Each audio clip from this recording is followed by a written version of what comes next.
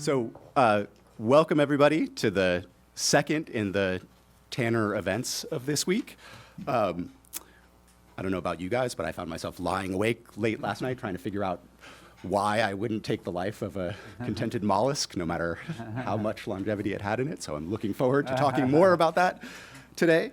And one of the very special things about the Tanner tradition is, of course, in addition to having a distinguished lecturer come to campus and share his or her ideas with us, we also get to invite into our intellectual community additional people to come and discuss the lectures with us. And so I have the privilege today of introducing the first two of four very distinguished commentators, Rachel Barney and Tom Hurka, both joining us from the University of Toronto, where Rachel is a professor in the departments of both classics and philosophy, and where Tom holds the Chancellor Henry N.R. Jackman Distinguished Professor of Philosophical Studies. I think I got that right. So our format for today will be as follows. Rachel will start off and give roughly about 15 to 20 minutes of comments on last night's lecture. Then Tom will take over and he'll give 15 to 20 minutes, and then Richard will have about 10 to 20 minutes to respond, and then we'll open up the floor to general questions. So without further ado, I'll hand it over to Rachel.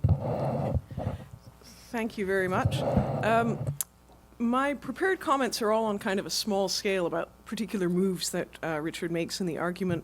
So I thought I would actually start off with a few more big picture comments, since it's also, of course, a good thing not to lose sight of that either. So just some quick thoughts about what the overall project is, since it was so long ago that we heard about it.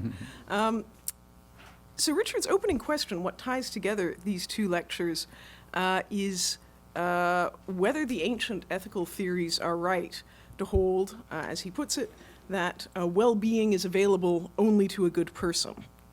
So it may get lost at certain points, I think, because Richard spends so much time very rightly spelling out his view of what well-being is, but the ultimate agenda here is ethical. It's to figure out how the moral life fits in to the life of well-being so understood. And naturally enough, the question sort of addressing it falls into two phases. First of all, what is well-being? So that was the main topic last night, and Richard spelled out the basic argument for what he calls experientialism, namely the view that it consists entirely in valuable experiences. And then the second phase of answering the question obviously is going to be saying, well, how does the moral life fit into that? What follows for the virtuous person? And we're going to hear more about that tonight. But that division of labor isn't perfect, and we have heard already a certain amount about the moral life. There was a section in yesterday's paper called Egoism Rejected, and we've got little trailers, little sneak previews for Richard's ultimate answer to his target thesis. And it's basically, you'll be relieved to recall, a pro-virtue answer. It is, in fact, good for someone to be a good person. And as he puts it a bit more precisely at the end of Lecture 1, the moral virtues are not necessary ingredients of well-being, or at least he's not going to argue that they are, but they are sufficient. And I was very struck by that, because that sufficiency thesis is something that comes up in the ancient ethical theories, and I'm sure that I'm not breaking this as bad news to Richard, but it's the source of some notorious paradoxes, particularly associated with the Stoics. The wise man, which is also to say the person of full moral virtue, will be happy even on the rack, even under torture. So I think it's worth holding that in view as what might be a surprising destination for some of these trajectories of argument. And I don't mean to raise it as a problem for Richard now, because so much of the relevant argument is going to be coming this evening. More something for you to, watch him like a hawk when he gets to the argumentation tonight, and see how much argument we get for that, what's going to turn out to be that very strong thesis. And there's another point I want to make on the watch him like a hawk front, which is, for me, there's an ongoing question here that I'm extremely interested in, partly coming to this from my ancient background, and where I'm not quite sure what to say about Richard's project, how Aristotelian or Platonic or the opposite it is. And the question is, would it be fair to count this project as an answer to the immoralist? in the same way that Plato's Republic is. Is this an answer to the person who challenges us, who defies us, to give him a reason why he should accept the obligations of the moral life? And I think it's interesting to ask that question about Richard's project, because on the one hand, the sufficiency thesis looks like a very strong answer to the immoralist. The claim that, yes, if you enter fully into the moral life, in a sense, it sounds as though that would be a thing that you can't regret, that will have been sufficient for your happiness. At the same time, there are all kinds of qualifications and complications that we don't get with ancient versions of this view. So Richard's open to the possibility that a non-virtuous life might also be a happy life. And obviously that makes a huge difference. And I think he also wants to be careful to allow for what I think of as the no guarantees view. That's to say, if you do commit to the moral life, there's no guarantee that your life will be the better for having done so. Again, because it isn't a necessity for happiness, and your life circumstances might be unfortunate in such a way, say you're born into a slave-holding society or a tyranny that you can't do anything about. Given certain unfortunate circumstances, there's no guarantee that your social and moral undertakings will actually turn out to have been good for you.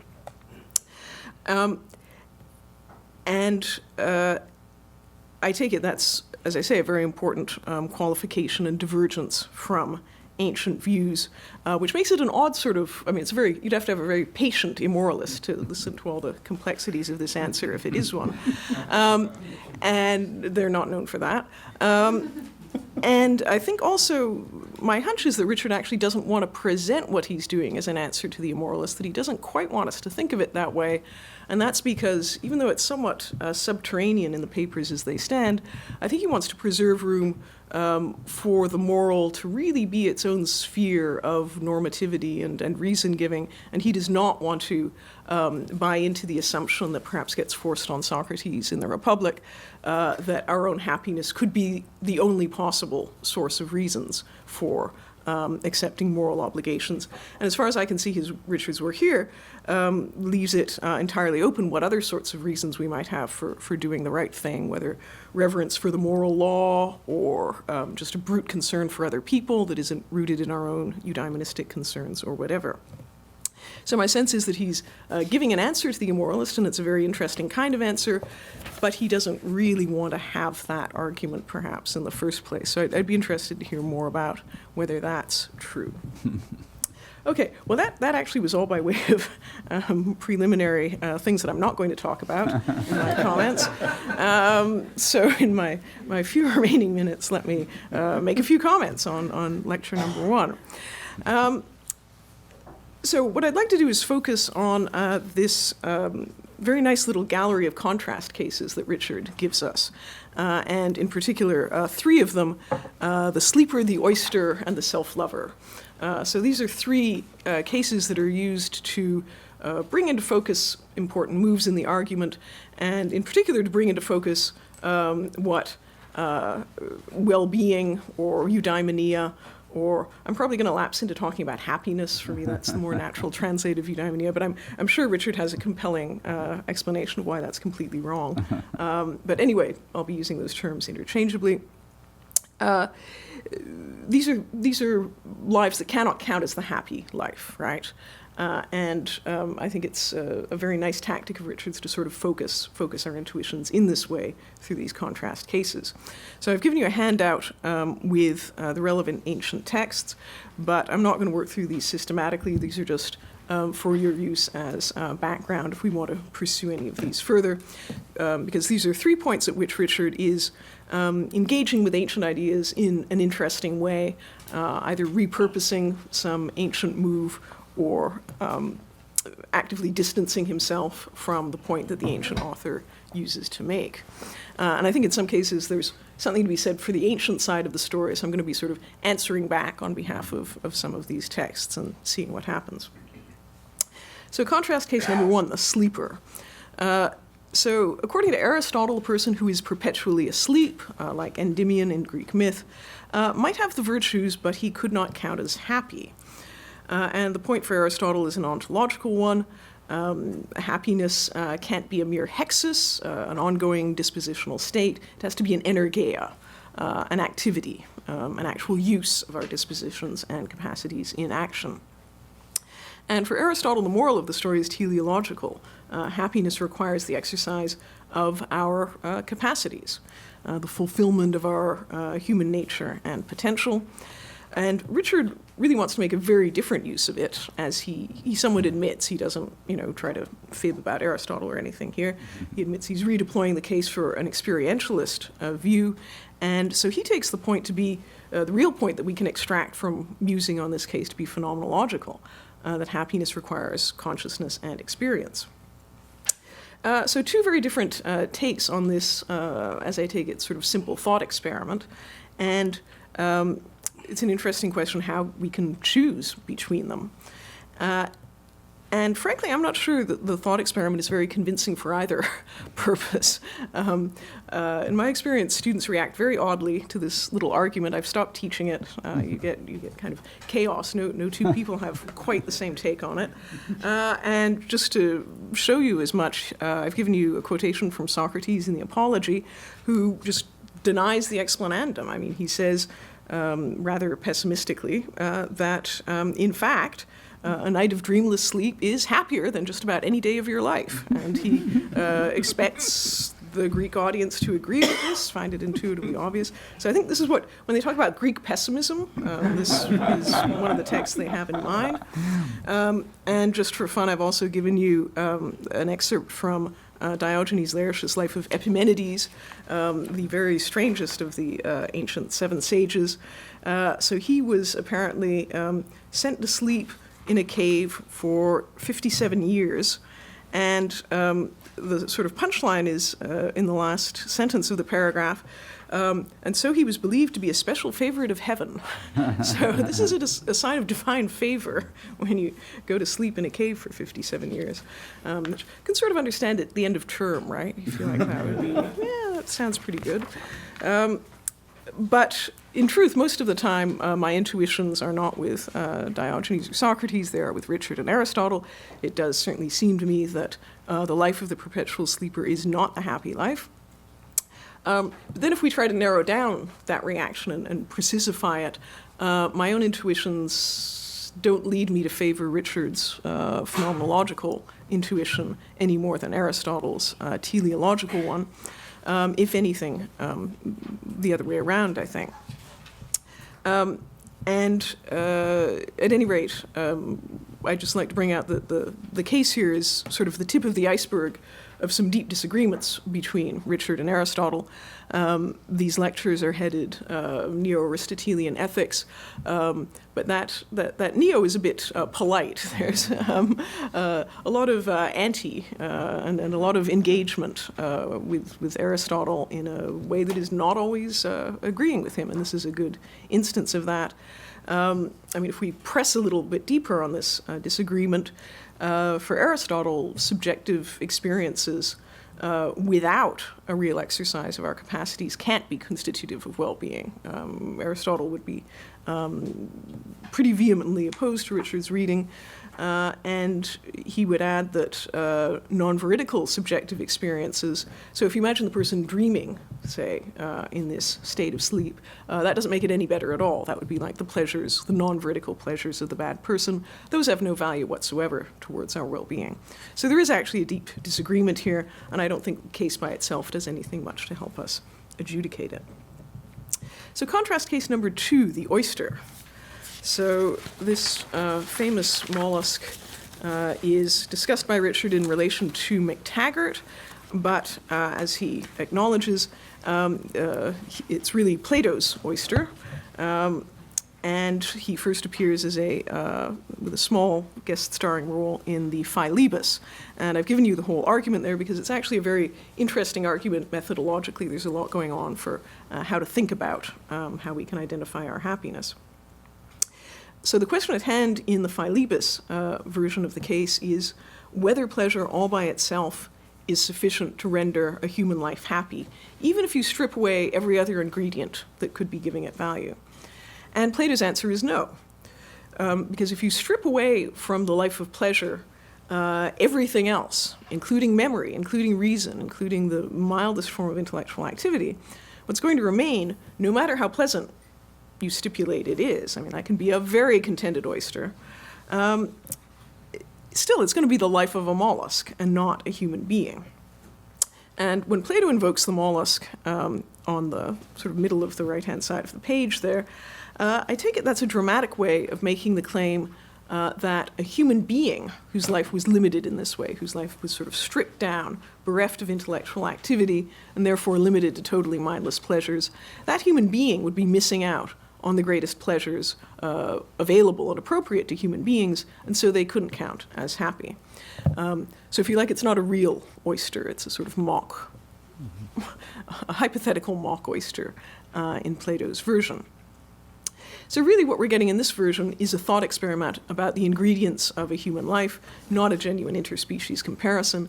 And as perhaps predictably for me, I think Plato's version is better of this argument, more philosophically telling.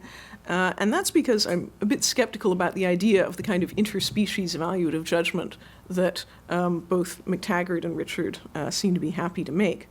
I suspect that if we recoil in horror at the idea of living as a contented, very long-lived mollusk. I mean, somehow the very long-lived doesn't seem to make it better, right? It's like eternity. But I think that recoil is because of a kind of imaginative contamination. You're sort of insinuating yourself as you are now into the picture a bit, and therefore seeing this existence as kind of a terrible impoverishment that you could somehow be aware of as an impoverishment. So I'm here adapting a point that Lucretius makes about fear of death, actually, that when you feel sorry for yourself as a dead person, you're sort of imagining yourself continuing to sort of hover there at your funeral and getting all weepy. So I think that's kind of how we feel about McTaggart's oyster, but that's not, as it were, a legit reaction to the comparison as McTaggart actually sets it up. It only makes sense given Plato's version of the argument, where you really are talking about two possible human lives.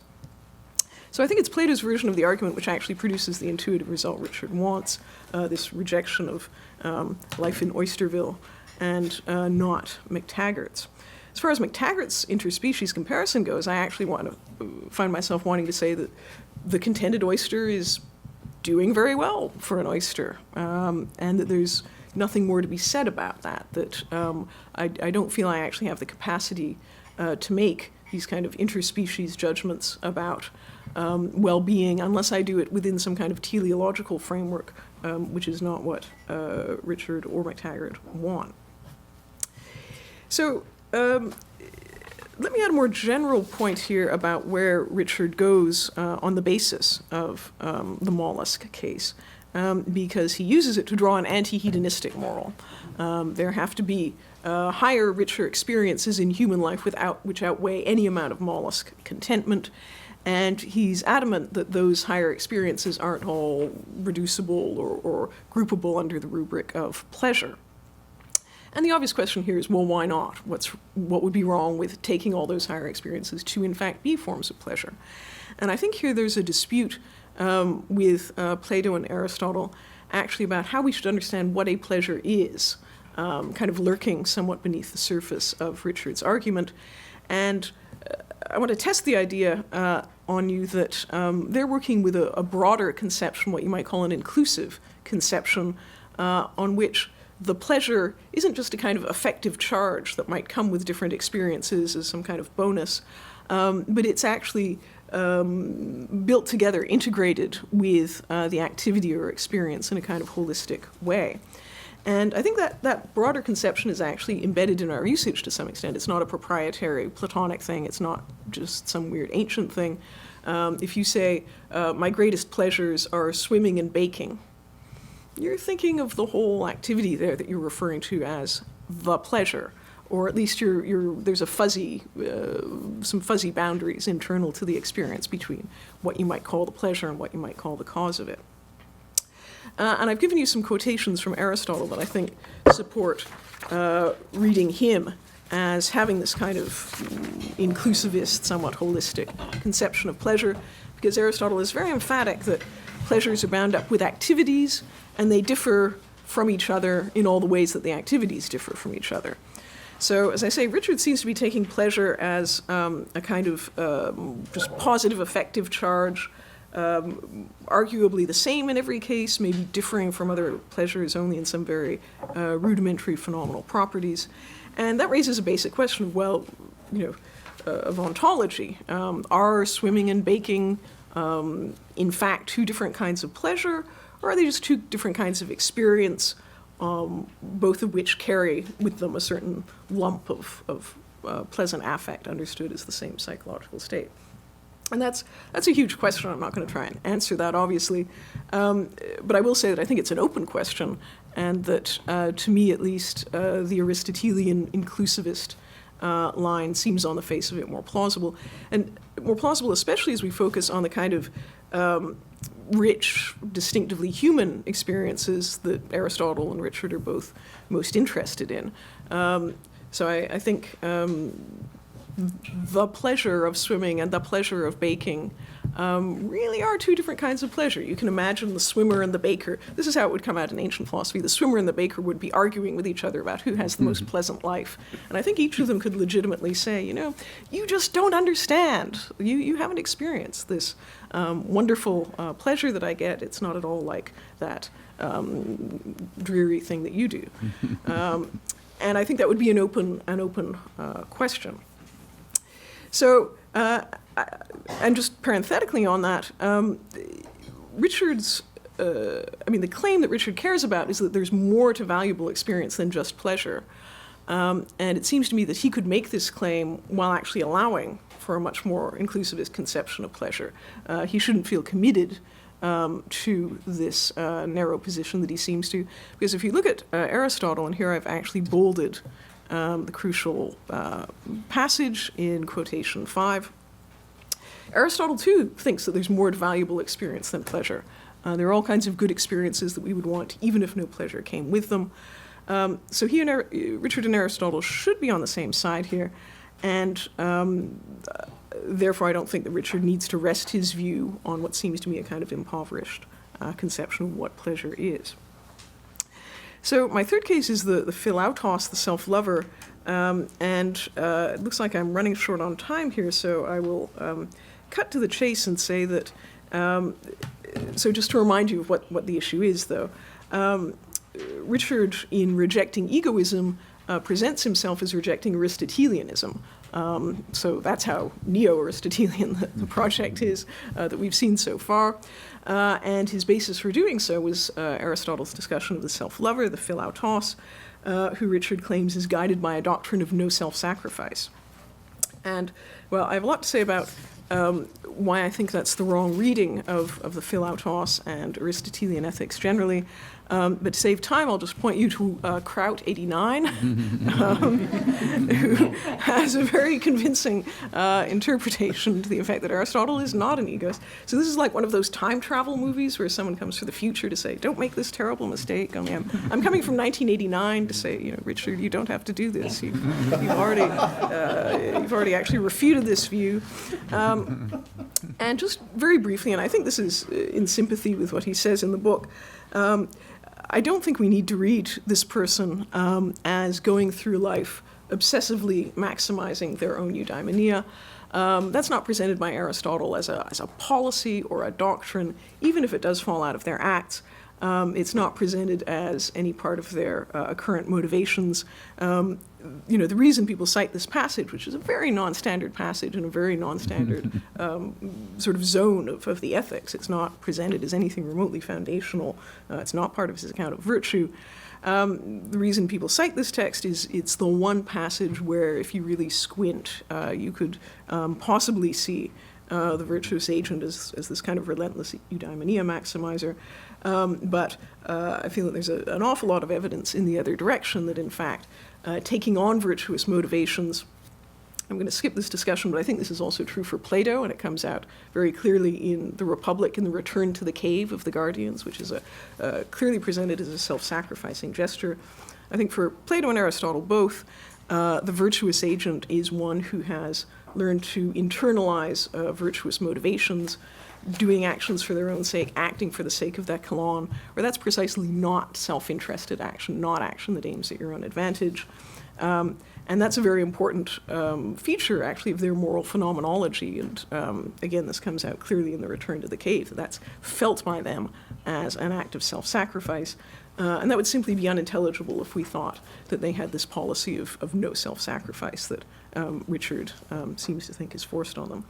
So I think the moral of the story, putting those cases together, is that Richard, perhaps unsurprisingly, is more of an ancient thinker than he thinks, and Aristotle is on his side more often than he realizes, and with Plato and Aristotle both, he should be more encouraged to take them along for the ride. That's it.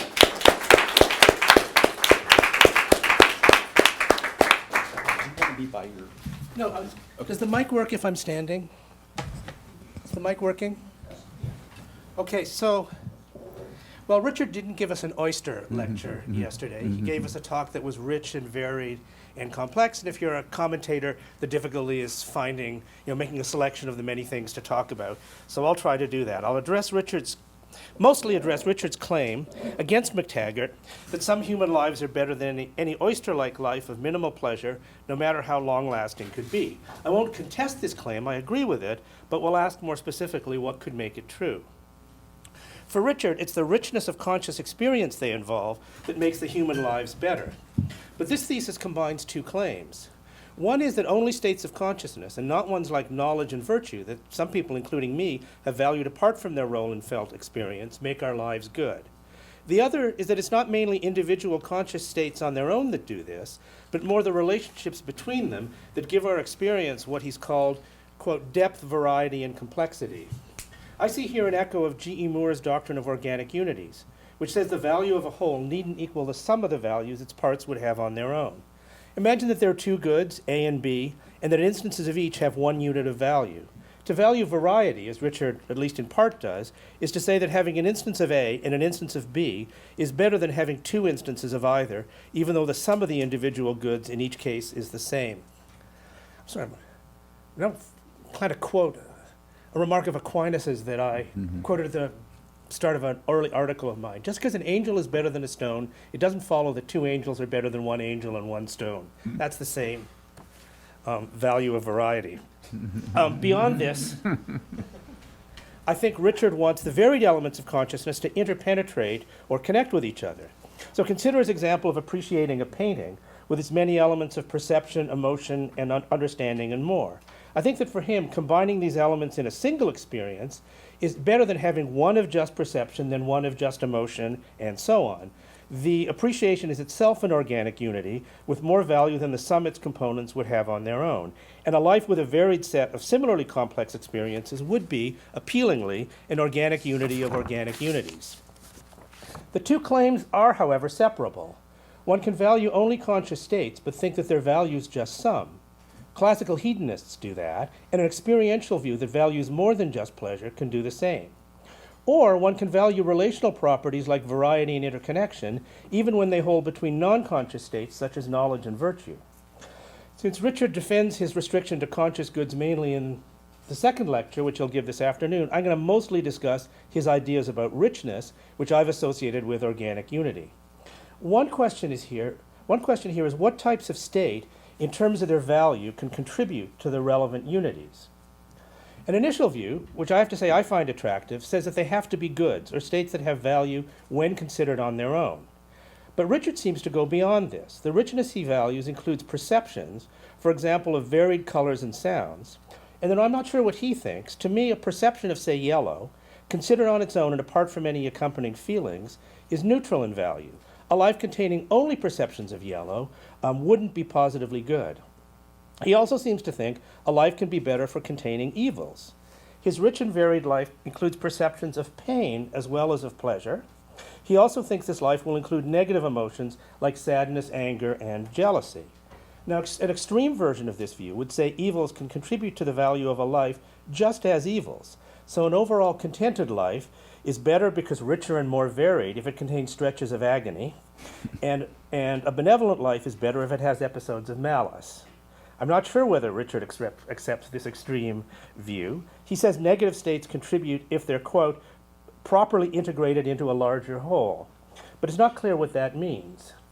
Does merely balancing positive states, in the way I've suggested for agony and malice, suffice? If not, exactly what else is needed? The issue is complicated because many of the negative emotions he mentions have positive sides for which they can be valued, so they don't contribute as evils or for the properties that make them evil. It may be, for example, that given our psychology, we can't love deeply without being prone to some jealousy. If so, we can welcome the jealousy as though bad in itself, a sign and necessary accompaniment of the greater good of love. We can likewise value pain and frustration as signs of striving for an ambitious goal. If sadness is felt at suffering or anger at injustice, then to me it's good as an appropriate emotional response to an evil object, and it can be good on balance despite its negative feel.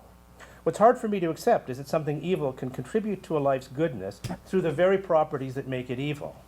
But I just leave this as a question for Richard. Are the states that contribute to a rich and varied life only ones that are independently good? Or only ones that are independently good or neutral? Or ones that are independently good, neutral, or evil?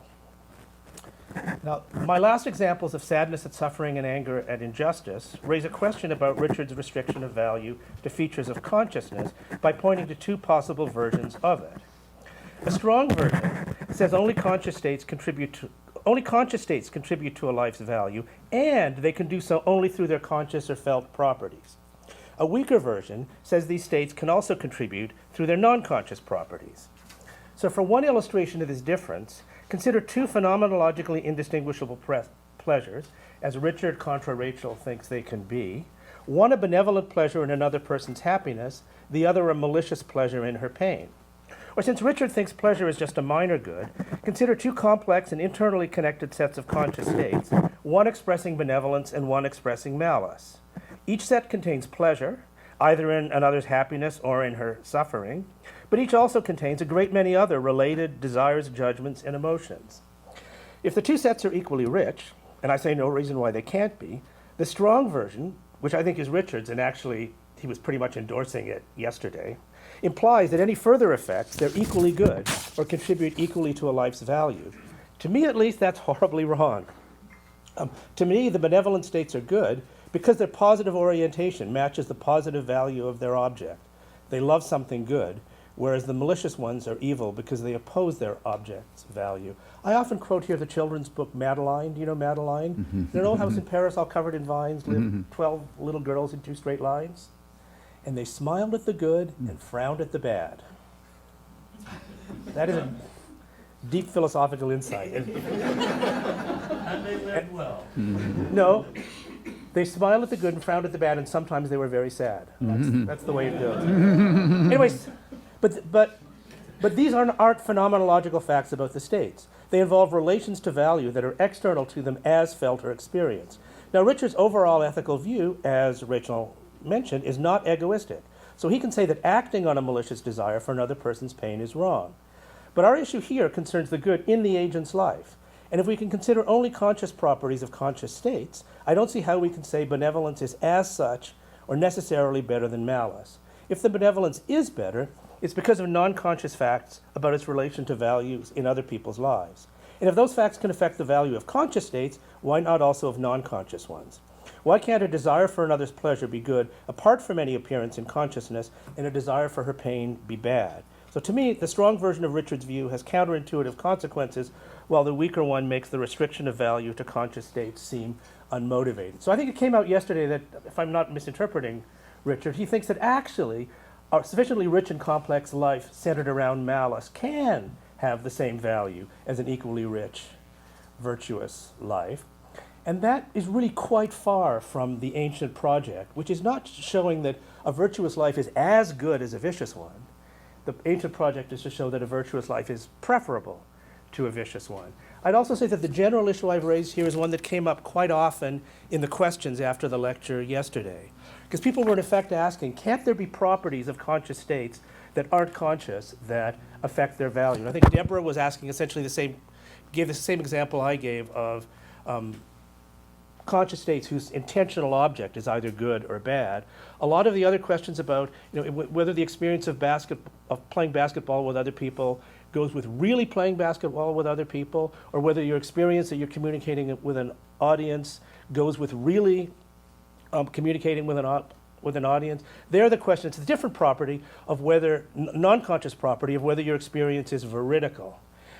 And that's the issue raised by the experience machine. That's going to be talked about this afternoon. But it's the same idea that it could be that the only states that have value are conscious states, but it may be that their value depends on some of the properties that are not conscious. And Richard doesn't deny this, but it means that the argument from the sleeper doesn't establish experientialism, because it leaves open the possibility that there are states that there's only value when a state is conscious, but once there is a conscious state, properties of it that are not felt or conscious properties can affect its value. And that's in fact just another application of Moore's principle of organic unities, which was one of the great contributions of 20th century ethics. Speaking of which, so Richard thinks a sufficiently rich and long human life, as he thinks most of our lives are, is better than any oyster's life. This is his incommensurability thesis, but he rejects, among other possible explanations of it, one that says the value of additions to the duration of pleasure diminishes towards zero, so the value of the oyster's life has an upper limit that human lives can exceed. I want to defend this explanation, but I'll first make a scholarly point. Richard rightly notes that McTaggart didn't mention either incommensurability or the possibility of diminishing value when he discussed the oyster, but he certainly knew about those ideas. Earlier in The Nature of Existence, he argued that love is the greatest intrinsic good in the sense that once it's past a certain point, it's more good than any amount of pleasure, knowledge, or other goods can be, which is an incommensurability claim of exactly Richard's sort. And he justified it by saying that if of the other qualities than love, I'm now going to quote, the good after a certain point should increase only asymptotically, each successive increment of the quality yielding a smaller increment of good, then in the case of those other qualities, there would be a limit to the good it yielded. And if, on the other hand, the goodness of love did not increase asymptotically, but directly in proportion to the love, then a certain amount of love would be more good than any amount of the other qualities could be. And here's McTaggart's view. The value of love increases in a linear way. The value of pleasure increases just in a diminishing way, approaching a limit. And any amount of love up here is better than any pleasure can be, but there are some instances of love which are less good than some instances of pleasure could be. This raises a scholarly puzzle, though. If McTaggart thought love is incommensurably better than pleasure, why didn't he say that a human life with a specified amount of love is better than any oyster's life could be? Well, maybe he thought that what diminishes is only the value of increases in a pleasure's intensity, whereas the value of increases in its duration remains constant. But he never said that explicitly, and in any case, diminishing marginal value seems just as plausible for duration as for intensity.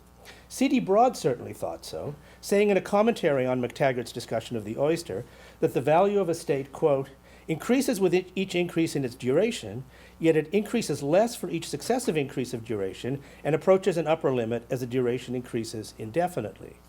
I might add that Broad, who defended the greater value of human life over any oyster's life, did so by pointing to features very similar to Richard's idea of richness. Given its varied elements, he wrote, a human's life, quote, has an elaborate temporal pattern. It is, or it may be, like the performance of an opera. The oyster's life can have no such pattern.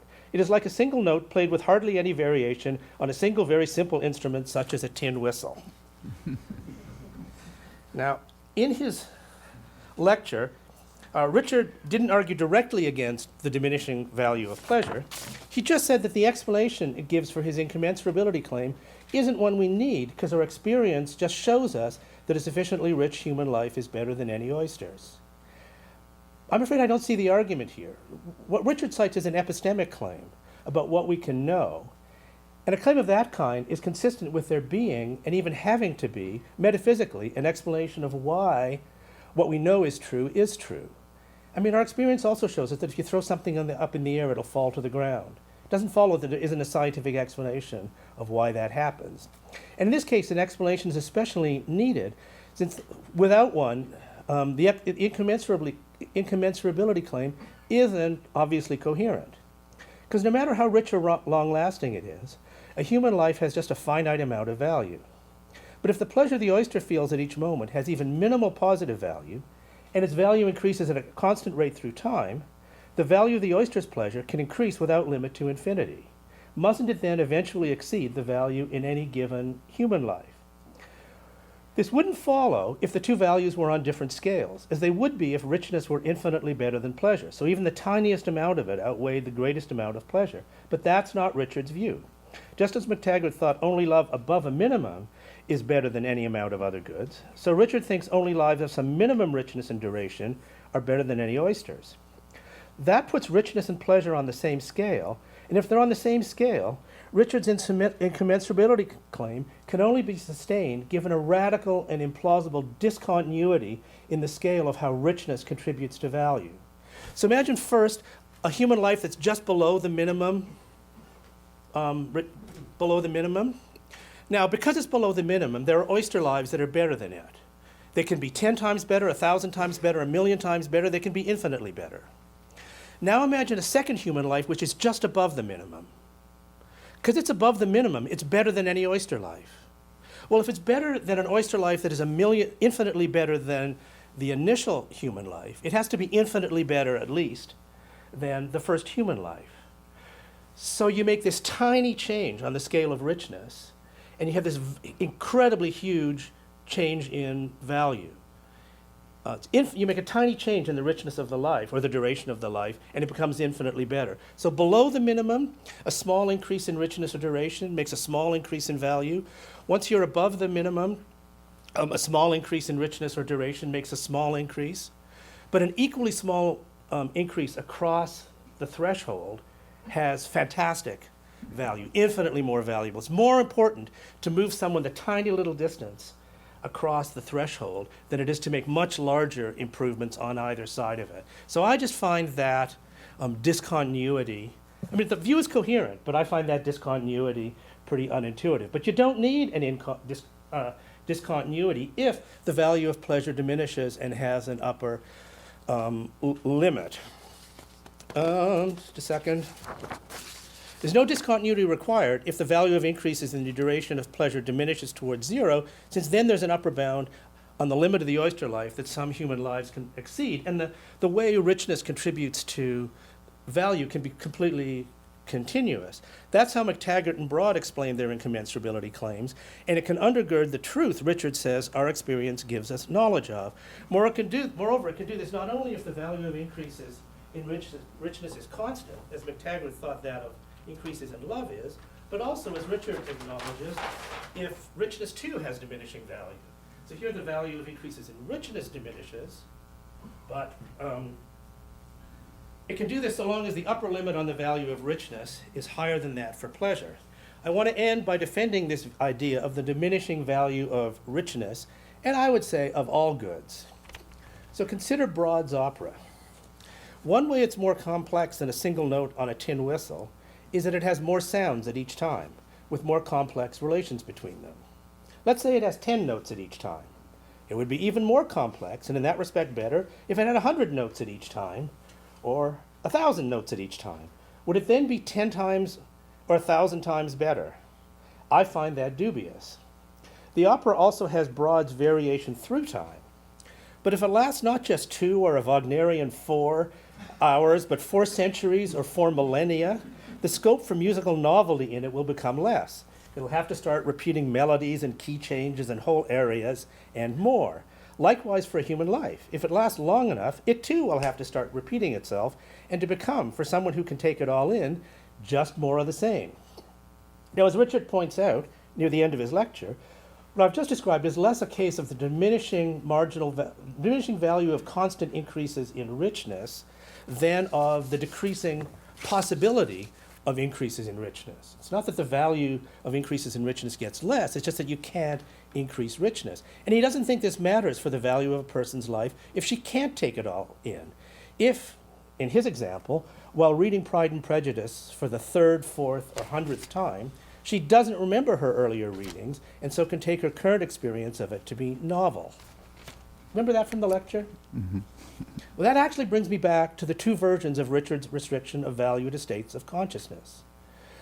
What he actually values, these last remarks of his show, isn't actual richness or variety in our conscious life, but rather the experience or appearance of richness and variety, even if they aren't really there. This applies what I've called the strong view about conscious states, where only their conscious properties can affect their value, to richness and variety themselves. But I, finding the weaker view more plausible, think that what's valuable is only actual richness and variety. So amnesiac readings of Jane Austen have, despite their felt novelty, less and less value the more they're repeated. What we have here, in fact, is a purely internal or experiential version of Nozick's experience machine. Richard thinks a life based on the illusion that one's experiences are novel and varied can have the same value as if the novelty and resulting richness were real, really there. I, in contrast, think that only actual novelty and richness have value, and the simulacrum made possible by repeated failures of memory is no genuine substitute. But that issue, whether one's illusions on the experience machine do or do not detract from the value of one's experiences there, is a central issue in the lecture Richard will give this afternoon, and it's a good one for me to end this comment on. Okay.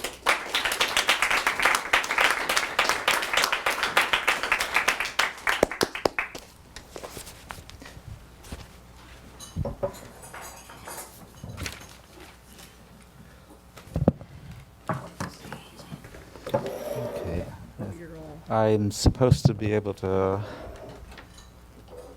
communicate with you by. Can you hear me? Okay, good. I am so grateful to Rachel and Tom for these very. I think it's the opposite. Yeah, okay. I'm sorry.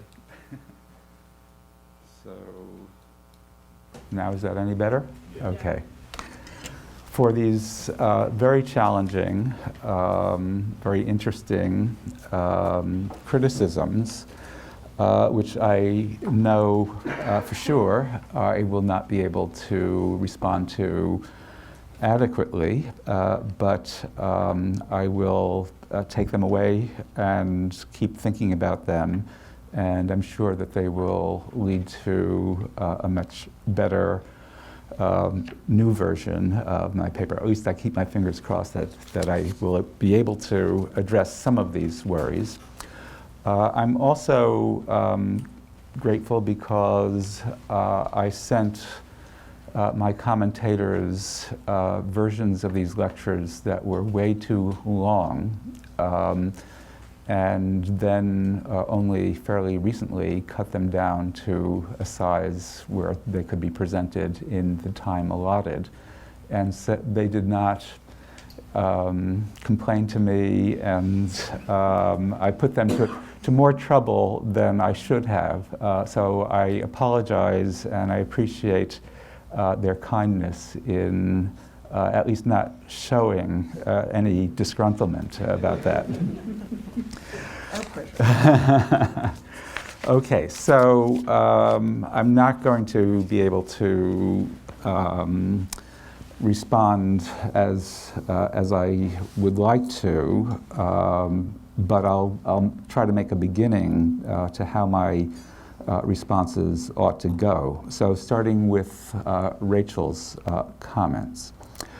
As she points out, I say that the view that I'm going to defend is that ethical virtue is sufficient for a good life, but not necessary for a good life. I put that statement into this reading version of my lectures pretty close to the last minute, because I realized I had not really brought out exactly what, I had not brought out the point that I was not planning on defending everything about the connection between virtue and well-being that the ancient philosophers proposed. So at the very beginning of my lecture, I said, according to this ancient tradition, you must be a virtuous person in order to have a good life. And I said, could something like that be defended, or something perhaps weaker, but close enough to that? And what I will be doing in this afternoon's lecture is defending not that, but something close enough, I hope, which is that if you are virtuous, that by itself can give you. It is by itself a component, a sufficient component of well-being. I now realize that there, and Rachel picked up on this, this could be interpreted to be agreeing with the Stoics that if you are virtuous, then it doesn't matter whether you are a victim of injustice, whether you are made to suffer. That virtue by itself gives you the best possible life. In fact, no harm can be done to a good person, as Socrates says in the Apology. So I do not want to defend that view. I take the common sense view that suffering is bad for us. And virtue is not by itself going to make your life a life that is a life worth living. You could be a virtuous person and have so much suffering in your life that it would not be a good life to live. So I need to find a better way of expressing what my doctrine is. And the better way would be virtue by itself is a sufficient component for one to have well-being, provided that there are not countervailing bad things in your life. Okay, so let me move on to the next point. Rachel said at one point, in connection with the example of Aristotle's example of someone who is virtuous but is asleep through the rest of his life. She makes the correct point that for Aristotle what is important is exercising one's capacities, and especially one's rational capacities. And on her reading of Aristotle, which I agree with, an experience or a life of experiences in which one were not exercising one's rational capacities would not, for Aristotle, be a good life. What I want to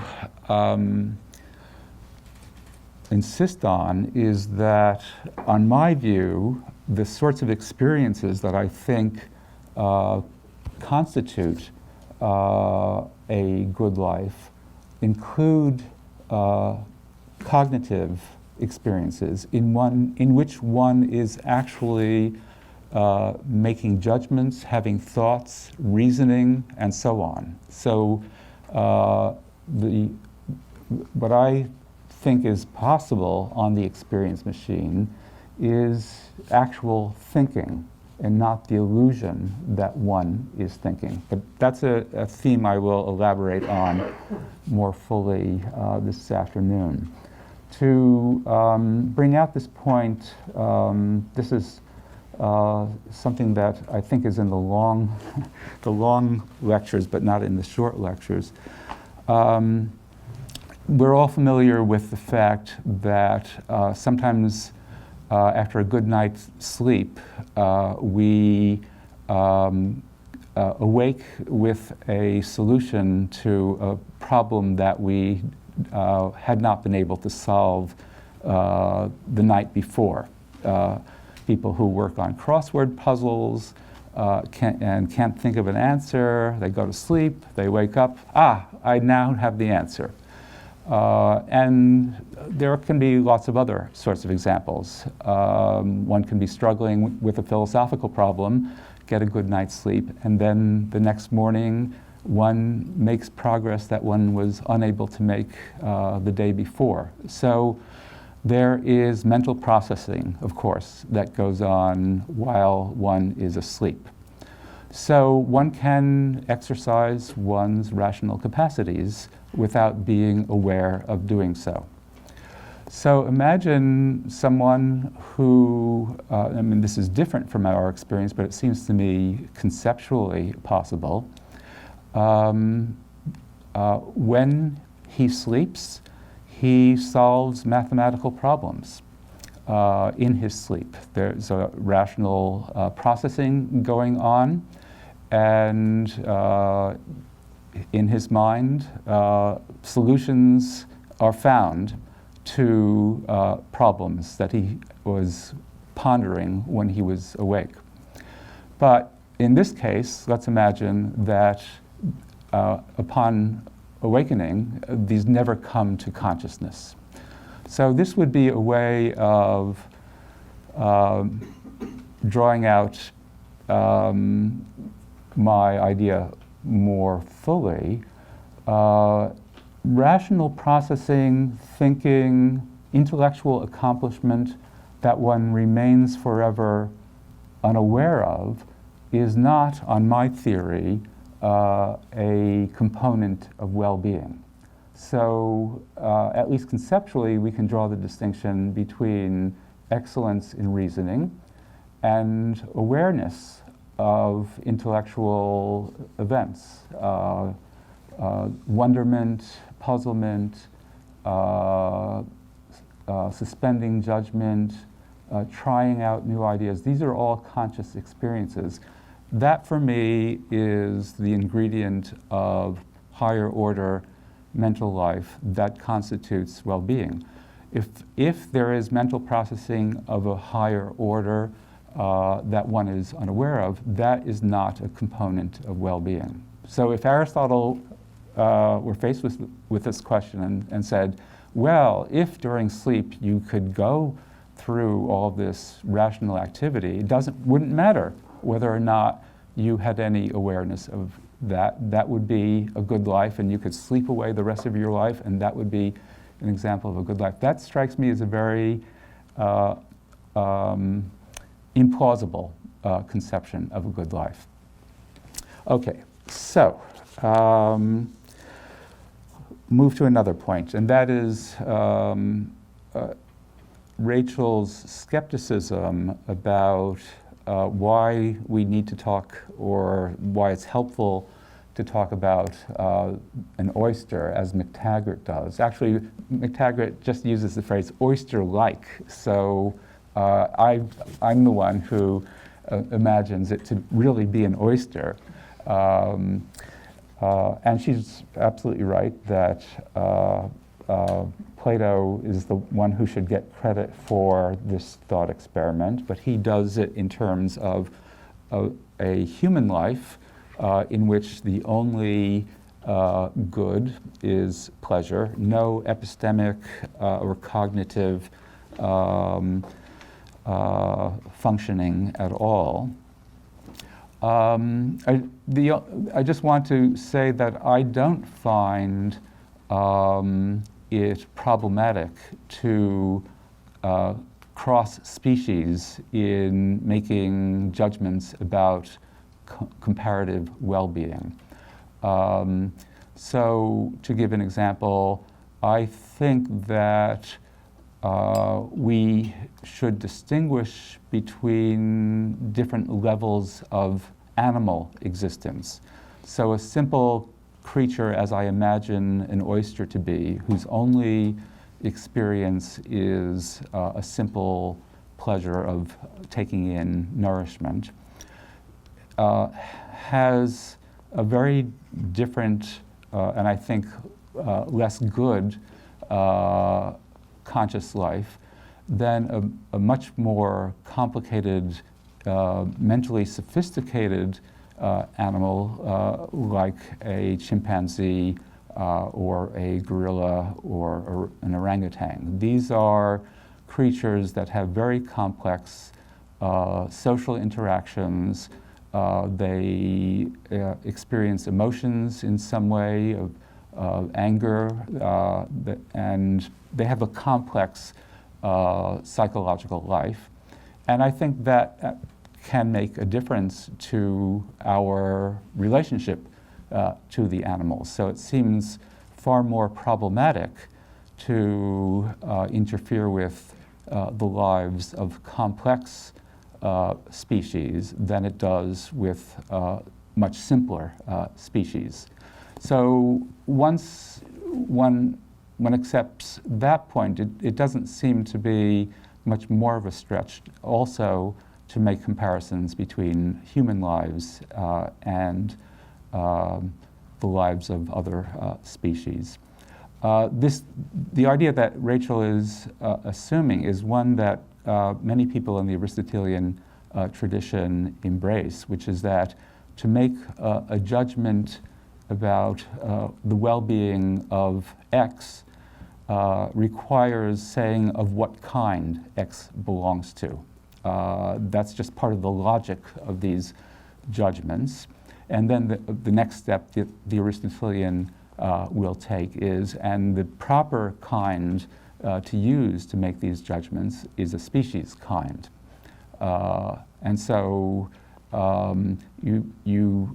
it's one thing when you make a judgment about what a good life for an elephant is, that's something that cannot be compared to what a good life for a human being is. So there's no room to make these cross-species judgment. That's a part of the Aristotelian tradition that I am not accepting. Okay, another very important aspect of my view and of Rachel's criticism of me has to do with the nature of pleasure, which Plato and Aristotle spend a lot of time worrying about, and I don't say anything about this. And Rachel suggests that my view that hedonism has to be rejected because there are many other valuable kinds of experience. That's, for Rachel, just turning my back on the Platonic Aristotelian, much broader, much more inclusive conception of what pleasure is. So I would like to say a little bit more about that.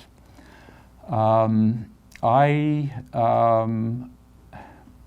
think of pleasure as one aspect of the varieties of consciousness that we have. So, and this is a point that I try to bring out in my example of someone standing in front of a painting and noticing all the different types of psychological phenomena that are going on. So I see pleasure and pain as one aspect of our conscious existence, and not a very, not nearly as important as the hedonists claim. And so it's to be put in the same category as the phenomenology of emotions, the phenomenology of conation, the phenomenology of cognitive judgment, and so on. That seems to me to properly locate the sorts of things that pleasure and pain are. Then am I saying that pleasure is one and the same feel, whether it is the pleasure of intellectual discovery or the pleasure of swimming or the pleasure of tasting something? And my answer is no. But I find it plausible to say something like this. There is these things, these different kinds of pleasures that have a different feel to them, but there is enough similarity between them for it to be illuminating to group them all together into a single generic kind of consciousness.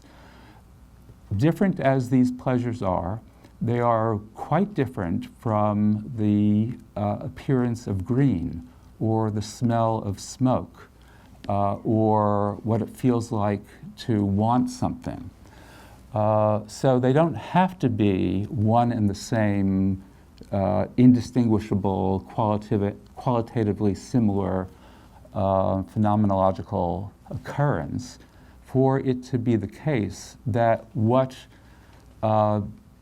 stands behind them and gives some very rough unity to pleasure is this similarity space that they occupy as compared with these other aspects of our consciousness.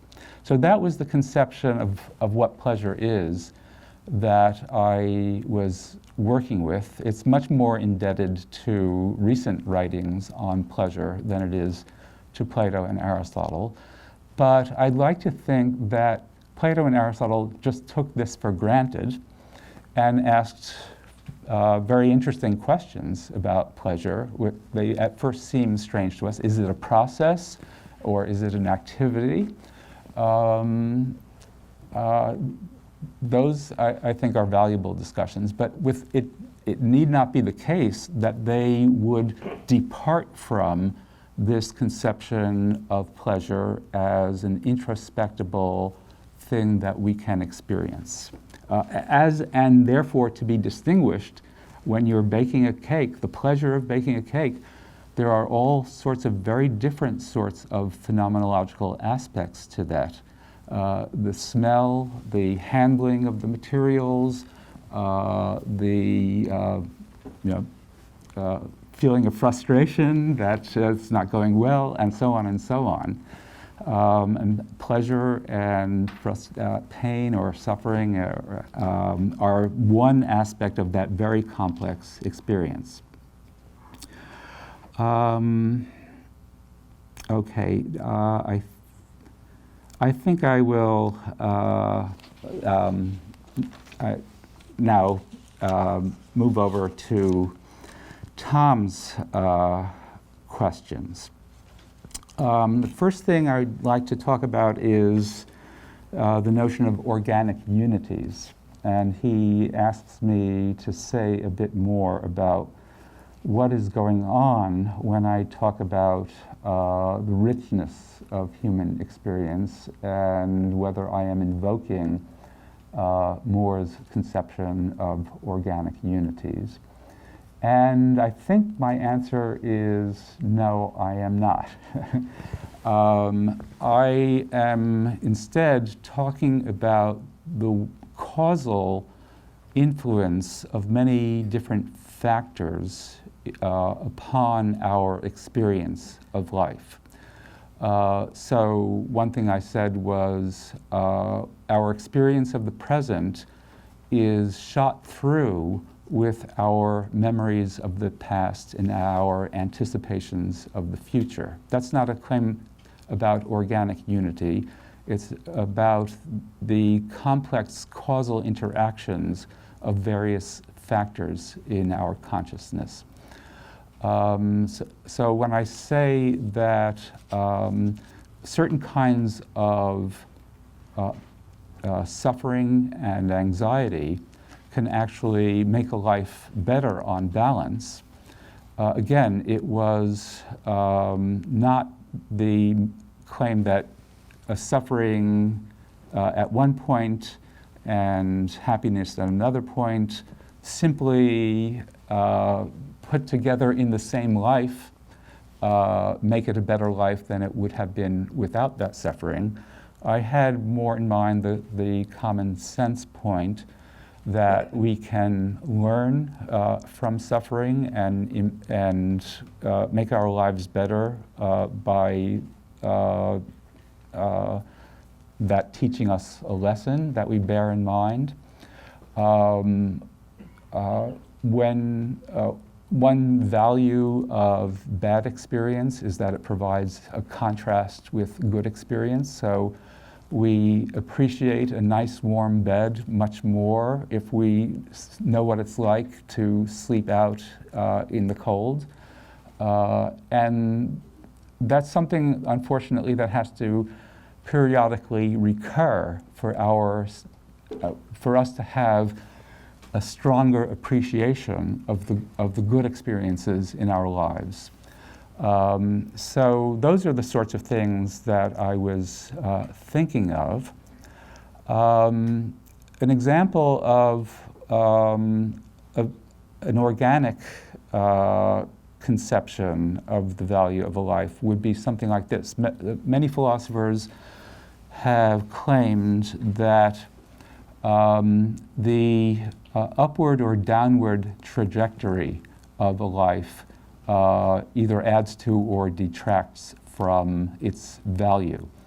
So on this view, if your life gets better, that's a good-making feature of that life.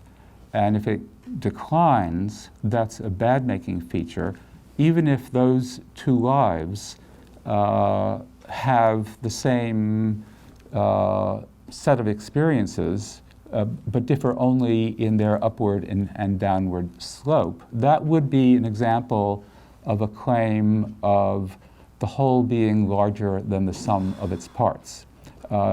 In assessing how good a life that was, you would have to take into account not only these different temporal components of it, but you would also have to take into account the relationship between these temporal components. So that would be a use of the notion of organic unity, and that's quite different from what I had in mind.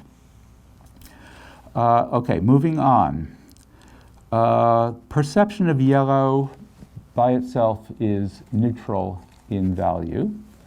So an animal that has color perception and registers differences between color, but doesn't have the capacity to say, look at that yellow, what a interesting shade that is. I mean, it has subtle variations. That would be a valuable experience, but the mere perception of yellow is not valuable in itself. So to bring it closer to the point that I was making, certainly in looking at a painting and appreciating everything that is going on in it, the sensitivity to the way color is being used is certainly going to be an important part of what makes that a valuable experience. Okay, let me talk a bit about Tom's comparison between malevolence and benevolence. So he compares someone who takes pleasure in seeing other people suffer and someone who takes pleasure in the good fortune of others. And his claim is these can be equally complex, rich lives, but one of them clearly is appropriately related to its object. It's appropriate to take pleasure in the good fortune of others. It's inappropriate to take pleasure in the misfortune of others. But these can be equally complicated lives on my account. So on my view, these ought to come out as equally good lives, but clearly one of them has more good in it, according to Tom, than the other. But when he uses the word good there, what that is equivalent to is this is the appropriate attitude to have towards someone else's faring well. And that is one way in which people use the word good. So there is that goodness in your life. You have the appropriate relationship to your social world. That seems to me to be a different use of the word good than the one that I am interested in. But a further point is that the example seems to me to be too far removed from common sense examples. So here's a different sort of example. Imagine two different kinds of marriage. In one marriage, the partners take pleasure in the good of the other partner. In the other marriage, it thrives on each partner taking pleasure in the misfortune of the other partner. There can be such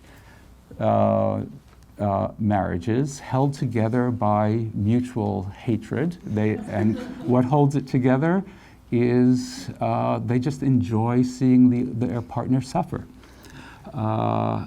Which of these two is going to be the better marriage judged experientially? Is it going to be the loving marriage or the hating marriage? And it seems to me obvious that the experiences of wanting to be with someone else, enjoying the company of someone else, and so on, go along with this being glad when the other partner does well. And in the case of the bad marriage, yes, there is that pleasure that comes from seeing your husband or wife suffer, but there's a lot of bad stuff that typically goes along with it. So my thought is that Tom's example works because it operates at a very abstract level of two observers of the world, not interacting with other people, but just in one case, the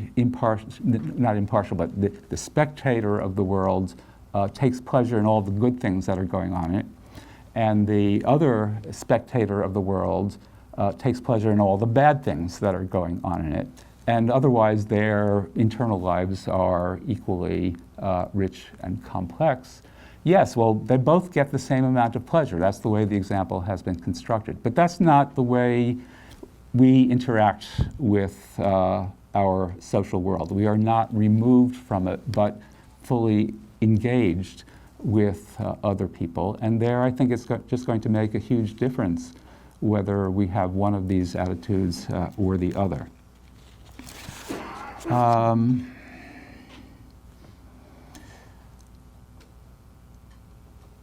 Okay, so I said there are two orders of goodness. And this talk of two orders is just another way of expressing in short form the claim that at a certain quantitative level, that amount of good in one life is better than any amount of good in the other life. And Tom finds this something that cries out for explanation. How could this be? I think my answer is you're just going to have to keep thinking about that. And sometimes what happens in philosophy is something that initially seems puzzling. You come to realize, yes, in fact, that is right. And you learn something that way. The puzzle he poses is, how could it be that there is this threshold so that below it there's an insufficient amount of good in the life, and so the oyster life would be better, but then at, just above the threshold it gets transformed, and that life is now better than any life that an oyster could have. The reason why I talk in terms of a sufficient amount of good experience is that I do not want to claim that a one-day-old baby has a better life than McTaggart's oyster. It just hasn't, that's just not enough human life for me to want to make that claim. But if someone has lived a rich life of 70, 80, 90 years, that certainly seems to me sufficient, and more than sufficient, for it to be the case that it's better to have that life than any length of oyster life. So where does the cutoff occur? And here I have two options. I could say, well, there is some sharp cutoff point so that it would make sense to say just below that threshold is too little, just above that threshold is enough to make it better than the oyster life. I could say that and just say I'm not exactly sure where that sharp cutoff point is, but on the other hand, as water decreases in temperature at a certain cutoff point, it turns to ice. How could that be? Well, it just is. We have an atomic level explanation, I assume, of how this transformation has. We don't have a physical explanation of how it could be that at a certain point, a human life is better than any length of oyster life. But of course, we don't need a physical explanation of that or any other sort of explanation. But the view that I'm more inclined to take invokes the usual notion of vague concepts. And so there's going to be a gray area in which it's neither true nor false to say one way or the other which life is better. But outside of that gray area, it's going to be the case, and it will be obvious to us that it's better to live this human life than that oyster life. And there are clear cases where it's not yet better. Just as one could say, well, in order for it to be worthwhile to listen to a certain lengthy piece of music, do you have to stay to the very end and you get nothing from it if you leave before the final chord? No, that sounds implausible. Well, what if you just heard the opening bar? Would that be enough to make your life better than that of any oyster? No, that's too little. So there has to be enough emotional and auditory richness in that for it to be better than an oyster's life. But there is some point at which that occurs. So one final comment about diminishing marginal value. So I like to eat the same breakfast every morning. It's a combination of muesli and granola and berries and apples and yogurt. And would I be better off? Would I have a better breakfast experience if I didn't keep eating the same breakfast every day And my view is I just love that breakfast. And I don't see why I should start having different breakfasts in the morning, because an outside observer would say, that person is just having the same breakfast he has the illusion of richness in his life, but it's not a really rich breakfast experience. So that colors my attitude to these issues. I think the example that he gives of the opera that keeps getting more and more complex, that raises a real question. I need to say more than I do. I don't think of complexity as something that can be adequately represented in quantitative terms.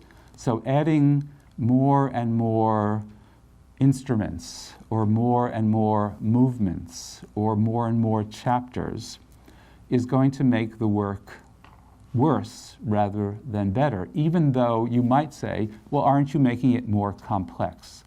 So if you think of it in that way, then you might say, well, if you're treating richness as the same thing as complexity, and you're treating complexity as a quantitative notion, then you will arrive at the conclusion that this has diminishing marginal value.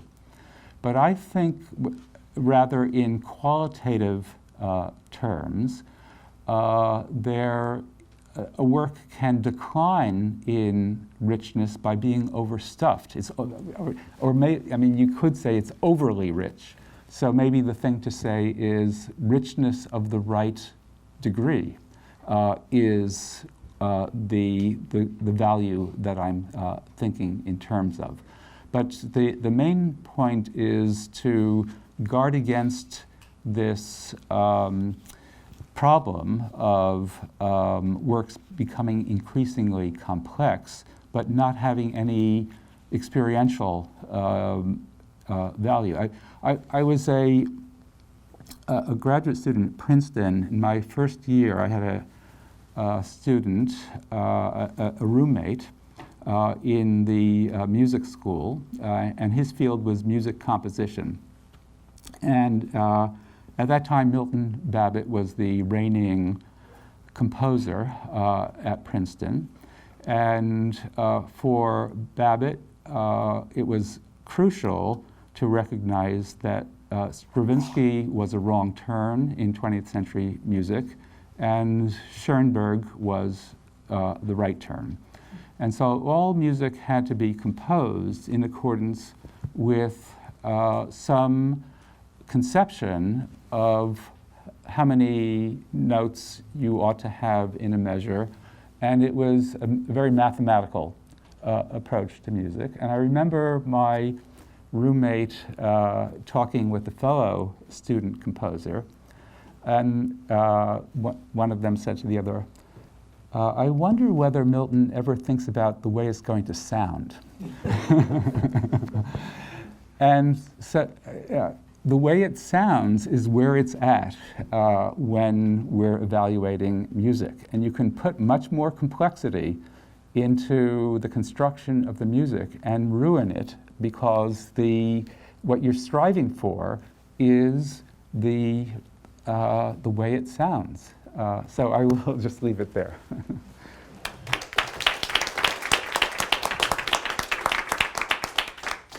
Okay, so we have some time for some questions, and I will keep our list. Roy, do you want to start? Should I use the mic or? Yes, please. I got it, please. So I wanted to ask a question about your proposed amendment to, I think, what the sufficiency thesis was. Yeah. So you want to say that virtue by itself is sufficient for well-being provided Yeah. there aren't countervailing bad things. Right. Now you give us a picture of why bad things might actually be good in a life. Yeah. Mostly because we can reflect on them and learn from them, and in a sense redeem them. Yeah. So it seems like the type of bad thing that you're worried about is going to be a bad thing that can't be redeemed. Yes. But I wonder why you should be so worried about the Stoic rejection, or the Stoic thesis that the sage can be happy on the rack. It seems like we might judge that a life is well lived and contains well-being, even if it ends badly. So for instance, you might think that someone who lives virtuously and then fights courageously for his city and is wounded, left on the battlefield to die from dehydration Yeah. after 16 hours, that would still be an excellent life. Likewise, you might think that a life lived very well, but that ends in diminished dignity because of dementia or Alzheimer's, that these conditions don't actually, even though they can't be redeemed, don't actually affect the well-being of the life. So I'm curious to hear Yeah. why you think that is a problem that requires this amendment of the sort that you propose. Okay, so I agree with you that we can make overall assessments. Once a life is over, we certainly can look back on someone else's life and judge it to have been a very good life on balance, with even when it comes to a bad end in the way that you describe. But I think the Stoics are saying something stronger, which is that there was no bad ending to it at all, because this was a good person, and for a good person, it simply does not matter whether you are in pain or not. But to continue the thought, I think if that suffering occurs frequently enough throughout the life, that goes into the overall evaluation of the quality of the life. And if the suffering is constant enough and bad enough, I would judge it on balance not a very good life, in spite of that person having been a good person. So I guess I'm curious now what kind of evaluation well-being is. Whether it, as it was for Aristotle, is something that is supposed to apply to a life considered as a whole, or if you think that it can be applied to parts of lives, or... Yes, right. Yes, Aristotle says, of course, one swallow does not make a spring, and so when I say that eudaimonia consists in virtuous activity, I must add in a complete life, whatever that means. And then he returns to the issue and says, does that mean we cannot make any assessment of eudaimonia until a person is dead?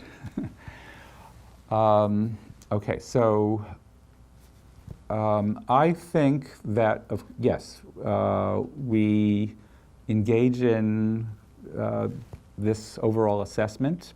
Has my life so far been, on balance, a good life? We can make that as we're living it. We can, when we're dead, we can't ask that question, but other people can ask about our lives looking back at it. Was it, on balance, a good life as a whole? Unlike, I don't think Aristotle says this, and maybe he would deny this, how do we arrive at these overall judgments of lifetime well-being? And my view, which I admit may be precisely what Aristotle is against, I view that as to be answered in the same way as this. Somebody asks you, has it been a good year for you so far?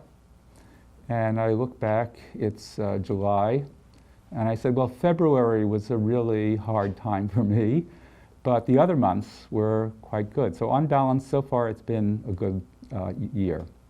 And I think that's what we do, and it's perfectly proper to do that long term, way at the end of life. So if Aristotle's idea is that, no, the way you make judgments about, the only thing you can judge is the overall quality of a life, and it just doesn't make any sense to assess whether it's been a good week or a good month. That seemed, I don't want to buy into that. So, yeah, this going, so we should if there's time, we'll circle back to you. So I have on my list Steve, Lorenza, Alan, and Ken. I'm sure I must have missed other people. Oh, okay, and John. Okay, so Steve? So I just want to make sure I'm understanding. So yesterday you said that pleasure is a phenomenal quality. And today I heard you just in response to Rachel's pressing you on pleasure, whether we think of pleasure as the thing in which we take pleasure or whether it's the pleasure taken. Mm-hmm. There's the Yeah. view, I think, Yeah. is the former, I think goes Right. the former way as well. Talk a little bit about that tomorrow, but I took you to say that pleasure isn't a single feeling. Yes, it's a generic category. Generic, Yes. So what people often have in mind when they say it's not a single feeling is there's a different, you can find phenomenological differences among pleasures. I entirely agree with that. So why do we call them all pleasures? What makes them all belong to the same category? My answer, which is controversial, is even so, there is enough similarity between them for it to be appropriate to group them as one category of phenomenological occurrences as distinguished from the other categories. Let me just try this. So, yeah, so Rachel might say, I might say, others might say, there are phenomenological differences between pleasures, when they mean by pleasures, or the things enjoyed, or different enjoyments, let's say, or different things in which one takes pleasure. But I took it that you didn't want to identify pleasure with those things. You wanted Right. to identify pleasure with the feeling. Yes, that's right. That's right. So, and you did also talk about the experience of wanting something. Yes, that's right.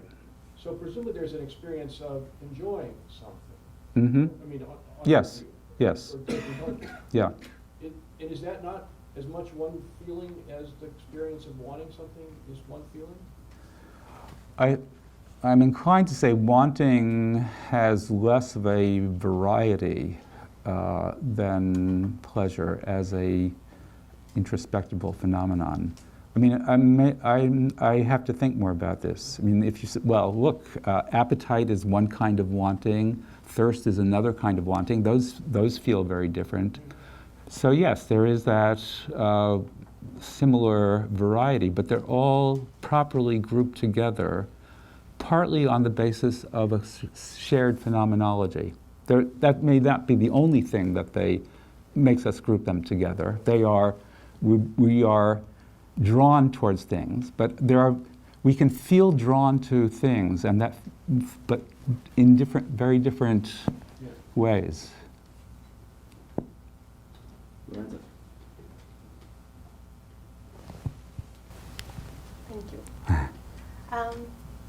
So I think my question is related to the attachment we might have sometime to our own breakfast habits in a way. So it's about alienation and like what you think about alienation worries, because many well-being theorists are inclined to think that when it comes to what is good for someone, the subject herself has a special authority, and the reason why they're unsatisfied with hedonism and perhaps experiential views more generally is that we can be alienated from Right. our own experiences, and that affects the value they have for the person.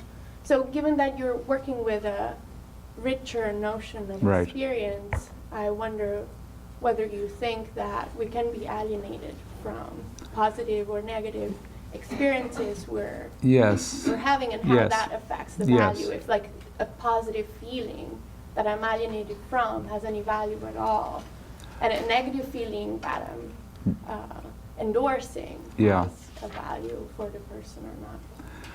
Yeah, so if alienation is a phenomenological concept, I'm not sure exactly what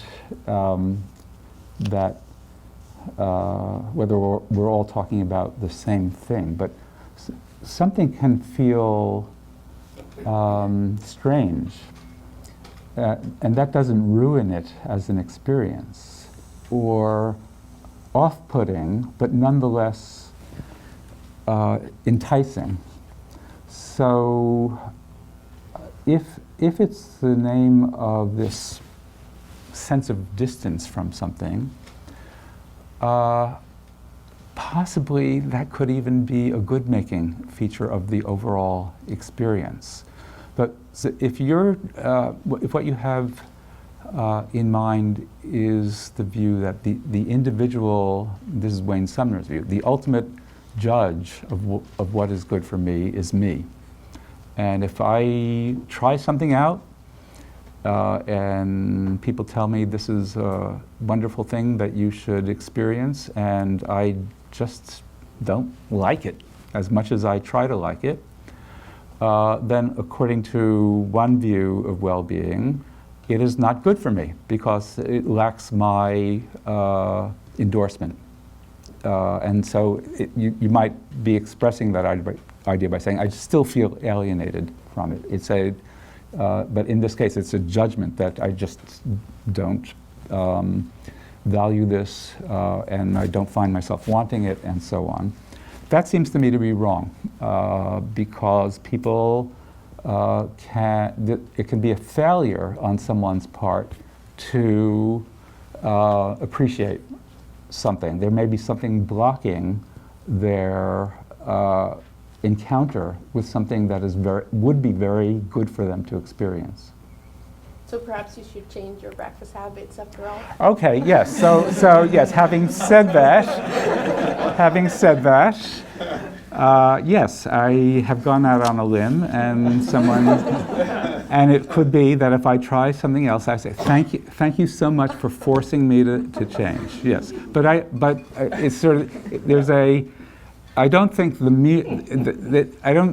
variety view says we don't have to produce anything better.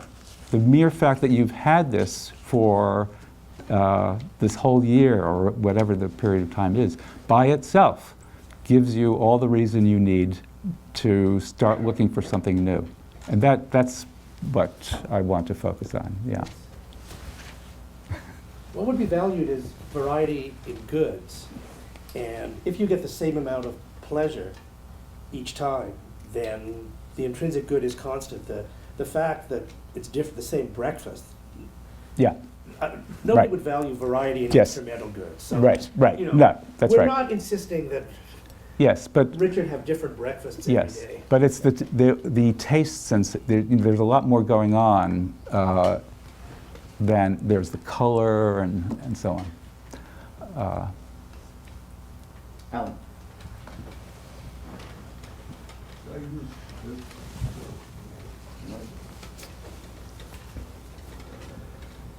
Okay, thank you. Yeah, Richard, I'd like to suggest a different take on the McTaggart passage by relating it to the metaphysics that he Yeah. develops in this enormous book. Yeah, right. We obviously would have to have a different session if we were going to have McTaggart's idealism and metaphysics. But I think one point can be made that at least would draw a contrast between different ways of understanding this oyster or oyster-like existence. And McTaggart argues that this is at the very, very end, right, of a long two-volume work. He had this working procedure because he was so obscure that he would go through 5 drafts and circulate them and so on.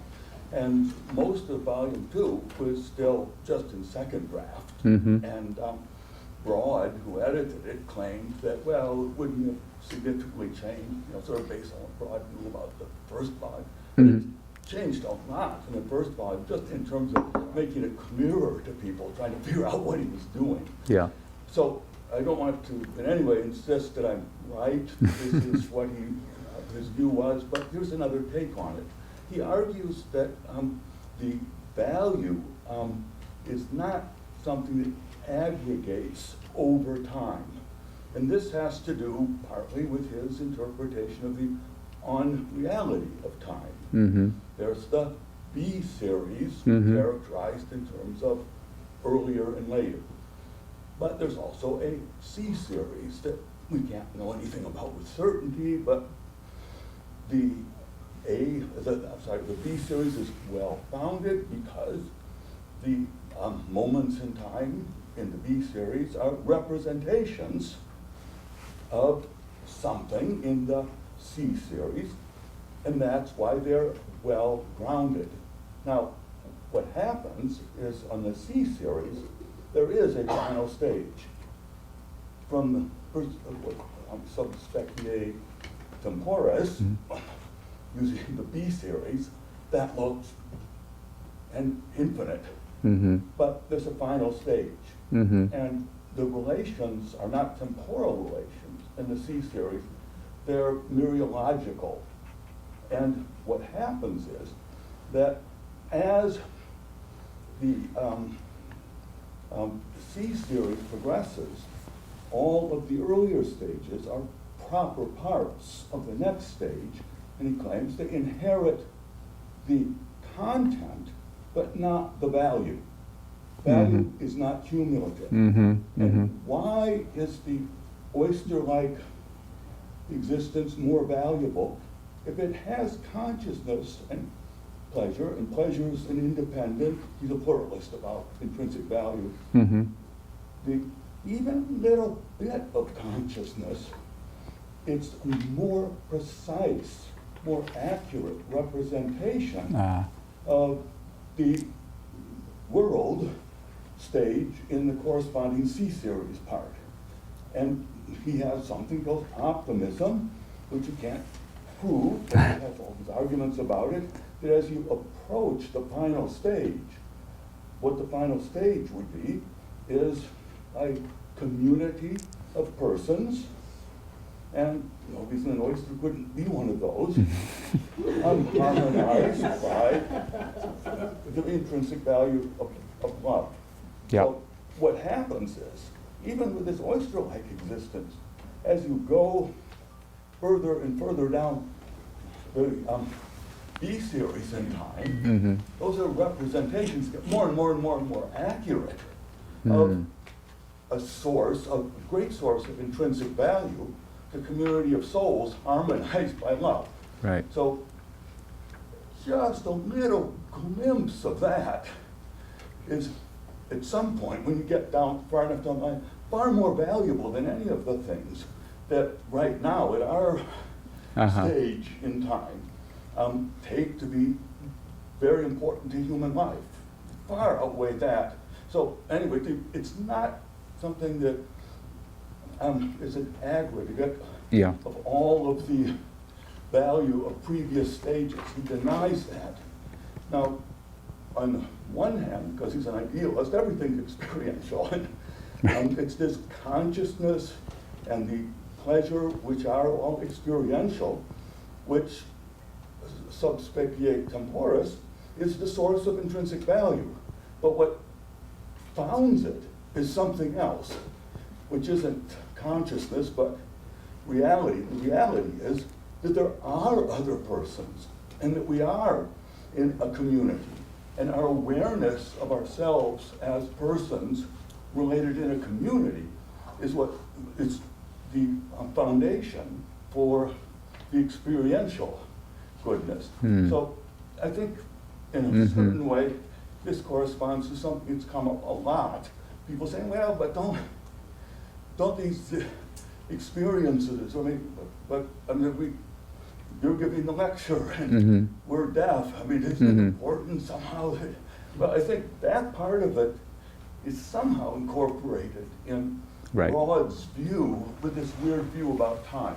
I mean, I'll stop now, but I just wanted to suggest this other way of looking at the oyster example. It's not cumulative. It's this idea that precision increases as time increases, and the value of the later stages consists in the fact it's a much more precise representation of reality as it is. Right. I mean, that's a beautiful exposition of something I've been struggling to try to understand. It's very paradoxical because the oyster does not love. We human beings do, and yet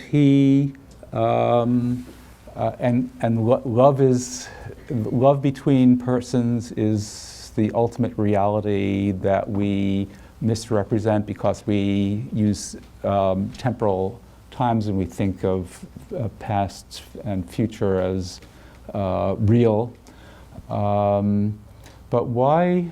The strange thing is that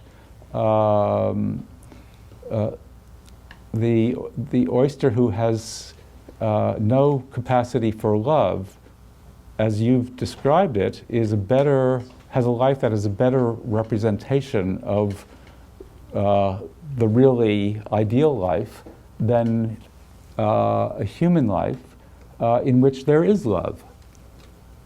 Well, he doesn't talk about human life, he talks about persons. Okay, And yeah, we have very imperfect understanding of what persons are, and we tend to have this view that biological human beings are somehow. Uh-huh. That's wrong. uh-huh, We're not in a position to know that oysters aren't persons with Ah. every bit as much intrinsic value as any Ah. person in this room. Now, he's not claiming that is, it's just, we're not in a position to know that. But I see. not at Yeah. this stage. Yeah, But okay. he's not committing it to it being oysters. It's oyster-like. Oyster-like, So right. whatever it is, he's very explicit. Yeah. Well-being applies only to persons. Yes, Doesn't apply to the universe. Yes. Doesn't apply to anything except a person. So if an I- oyster could be used as an example for well-being, it Has to be a person. And if you think those couldn't be persons, right. probably would think, well, Well- it's pretty dogmatic, but let's go with it. I'll just Yeah. say, an oyster-like person, maybe somebody on life support. Right. In a hospital for 10 billion years. Right. Okay. Well, I appreciate your setting me straight about this. Well, I don't know if I'm saying this, it's another way of looking at it, embedded in this bigger metaphysics. But there's something very important about it that we can Yeah. look at quite Yeah. independently of the weird metaphysics. Right. Is that he's attaching an incredibly high value to cognitive awareness of a certain sort. Yes. And Right. it's a kind of, at our stage, political awareness. It's Yeah. the awareness of us as part of a community. Now, he's not sure. Maybe the optimistic view is right. And it's a lousy community that we're a part of, and we're not held together by love. But that's what he would like to think, that's what he argues for. If that is true, then the cognitive achievement of awareness of ourselves as part of a community has a kind of intrinsic value Yeah. that trumps almost all of the things Yeah. that traditionally philosophers have thought were sources of value. It's not that they're not sources of value, but this is really important. Right. Then, important question, if that's the case, is it possible, and remember, he's an idealist, so this gets really complicated, is it possible for us to have this kind of valuable cognition of being part of a harmonious community without reality containing other persons that exist independently of ourselves? What's his answer to that? No. So Those cognitions wouldn't be well-founded I see. unless in I see. Right. reality there were Okay. persons harmonized Right. by love. right. I'm going to stop now. Okay. Okay. Thank you. So, with apologies to Ken and Jung, I think we have to end the session, but luckily we will get another crack at Richard Yeah. tomorrow morning again. So join me. Well, thank you very Thank much. you, Rachel. Thank you.